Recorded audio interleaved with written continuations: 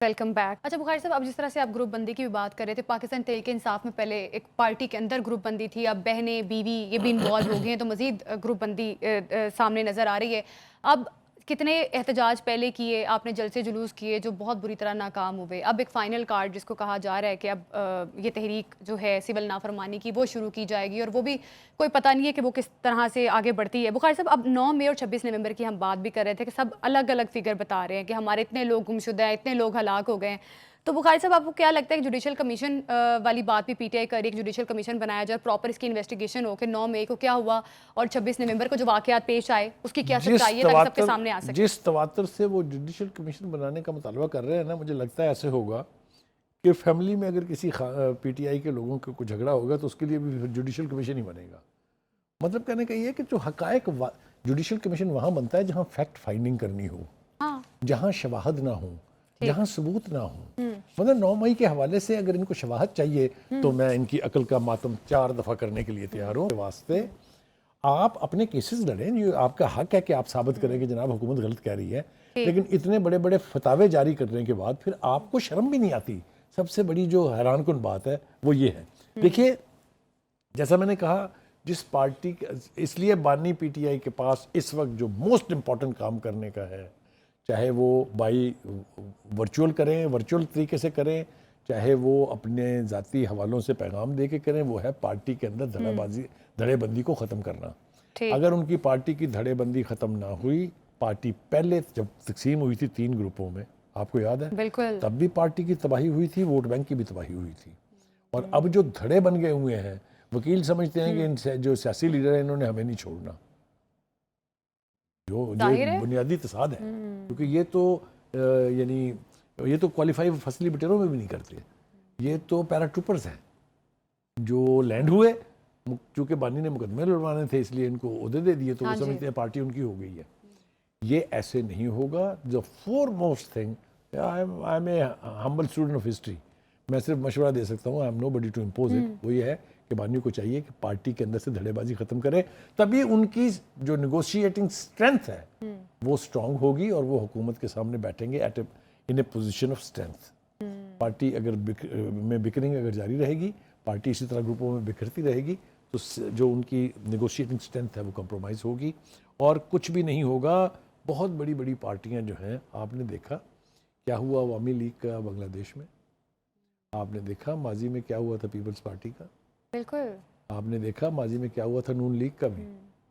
تو کہنے کا مطلب یہ ہے کہ آپ وہ کام کریں جو آپ کے کرنے کے ہیں. اگر آپ ہر نئے لمحے پر گورنمنٹ کی ریٹ کو چیلنج کریں گے، آپ اپنی سٹرینتھ انویسٹ کر کے اس کو لوز کر رہے ہیں. ظاہر ہے دھمکی سے مذاکرات ویسے کیونکہ بھی وہ لوگ جو خان کی ایک آواز کے اوپر واقعتاً لاکھوں کی تعداد میں آ جاتے تھے، وہ اب صرف ایک صوبے سے نکلتے ہیں، اور کون لوگ نکلتے ہیں اس کے بارے میں مجھے کچھ کہنے کی ضرورت نہیں ہے.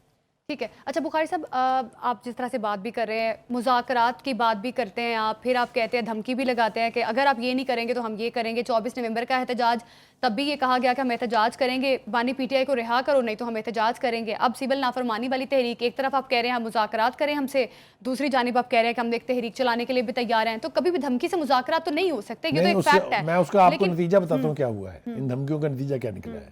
الٹیمیٹلی اب حکومت نے عمران خان کے خلاف فائنل کاروائی کرنے کا فیصلہ کر لیا، جو اتنا ڈینجرس ہے کہ اس میں سے کیسے وہ نکل پڑیں گے یہ میرے سامنے پڑا ہوا ہے.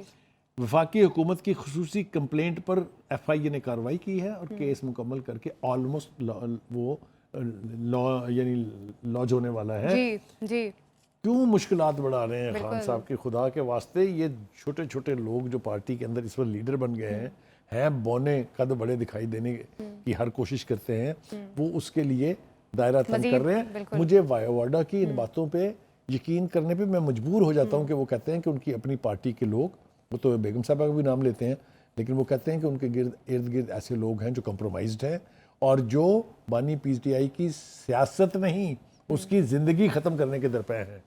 اچھا بخاری صاحب، وابڈا صاحب تو یہ بھی کہہ رہے ہیں کہ وہ بانی پی ٹی آئی کی جان بچانا چاہتے ہیں، ان کی جان کو خطرہ ہے. تو اب فیصل وابڈا صاحب کی جو کنسرن ہے بانی پی ٹی آئی کو لے کر، اس کو آپ کس حد تک سمجھتے ہیں کہ ایک سنسیئر کنسرن اور سنسیئر اپروچ ہے ان کی؟ 2 چیزیں ہیں جو وابڈا صاحب کی پلس ہیں. ایک تو یہ کہ وہ پارٹی کے اندر رہے ہیں بڑے طویل عرصے تک، ٹھیک ہے، اور پارٹی کے انسائیڈ آؤٹ سے واقف ہیں.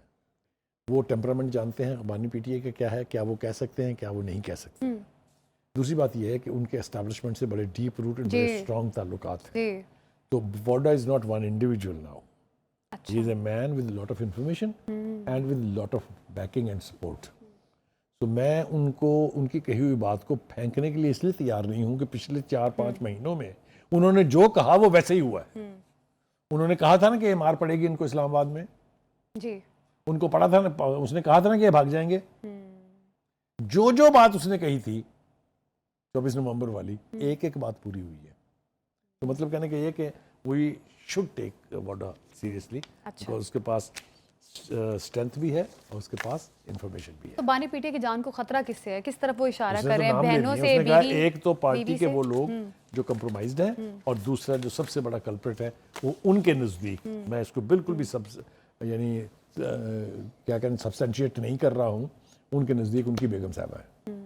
اچھا بخاری صاحب, ہم احتجاج کی بات کر رہے تھے, 24 نومبر کا جو احتجاج تھا, بشرا بی بی جو دعویٰ کر رہی ہیں کہ وہ آخر تک وہاں پر موجود تھیں, اور اس بارے میں آپ کے پاس کیا انفارمیشن ہے بخاری صاحب؟ کیا بشرا بی بی واقعی وہاں پر اینڈ تک موجود رہی ہیں, یہ بھی وہی من گھڑت کہانیاں جو سامنے آ رہی ہیں؟ نہیں یہ بھی اسی کا ایک حصہ ہے. دیکھیے, میں نے جیسا کہا ہر چیز ویڈیو پر موجود ہے. ان کا جو وہاں سے فرار ہے وہ سب کچھ جو ہے وہ اپنی جگہ ویڈیو کے اوپر موجود ہے, اس لیے اس کے اوپر ہم زیادہ بات نہ کریں تو بہتر ہے. ٹھیک ہے. اچھا بخاری صاحب, اب پاکستان تحریک انصاف, آپ کو کیا لگتا ہے پاکستان تحریک انصاف کے پاس ابھی رائٹ ناؤ کیا سوٹیبل آپشن ہے جو ان کی فیور میں جا سکتا ہے؟ The best option is that they should initiate dialogue genuinely.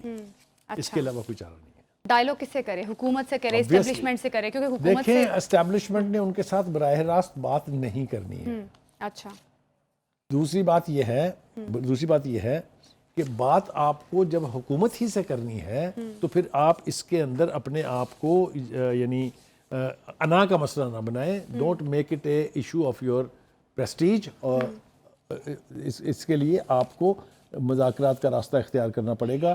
That's the last thing you have. قائد صاحب, مریم نواز شریف نے بھی کچھ ایک اہم اقدام کیا ہے میرا خیال ہے پروگرام میں, اس کو بھی ایک دفعہ شامل کر لیتے ہیں اور ناظرین کو دکھا بھی دیتے ہیں تاکہ ان کو بھی تھوڑا سا بریف کر دیا جائے. تو دیکھیں, پہلی بات تو یہ ہے کہ یقینی طور پہ یہ جو انیشیٹو ہے جس کا نام انہوں نے مریم کی دستک رکھا ہے, جی یہ مجھے خوشگوار حیرت ہے کہ ایک عام آدمی کی زندگی کو آسان بنانے کے لیے جس طریقے سے انہوں نے, چاہے وہ ڈومیسائل سرٹیفکیٹ ہے, چاہے وہ ایف آئی آر کی کاپی ہے, چاہے نکاح سرٹیفکیٹ ہے, چاہے ڈرائیونگ لائسنس ہے, چاہے ای اسٹیمپنگ ہے, موٹر سائیکل و گاڑیوں کی ٹرانسفر ہے, انٹرنیشنل ڈرائیونگ لائسنس کی تجدید ہے, یہ سب کچھ شامل کر کے زندگی آسان کر دی ہے انہوں نے. That will be at your finger tip, بندہ آپ کے پاس پہنچ جائے گا. ایک اضافہ میں اس میں کرنا چاہتا ہوں کہ اگر آپ اس میں اسلحہ لائسنسوں کی تجدید کا بھی شامل کر دیں تو یہ اتنی بڑی آسانی ہوگی, اس لیے کہ بہت لوگ رولتے ہیں, میں ان میں سے شامل ہوں جو خود بھی رولتا رہا ہوں. تو اس کو اگر شامل کر دیں تو یہ واقعی طور پہ یہ ہیں کام کرنے کے جس سے ایک عام آدمی کی زندگی میں سہولت آئے. یہ اگر اسی طریقے سے چلتے رہے تو یقینی طور پہ بہت سی زندگی آسان ہو جائے گی, اور اس صوبے سے دوسروں کو بھی مطلب ہے تقلید کرنی چاہیے, اس کی اپنانا چاہیے ایسے اقدامات کو جو عوام کی زندگی کو سہل بنانے کے لیے. بالکل, ان اقدامات کو اپنانا بھی چاہیے اور ان کی تعریف بھی کرنی چاہیے. مریم نواز شریف صاحبہ نے بڑا ایک احسن اقدام ہے جس کی تعریف کرنا بنتا بھی ہے. اب ایک شارٹ بریک لیتے ہیں, ہمارے ساتھ ہی رہیے گا.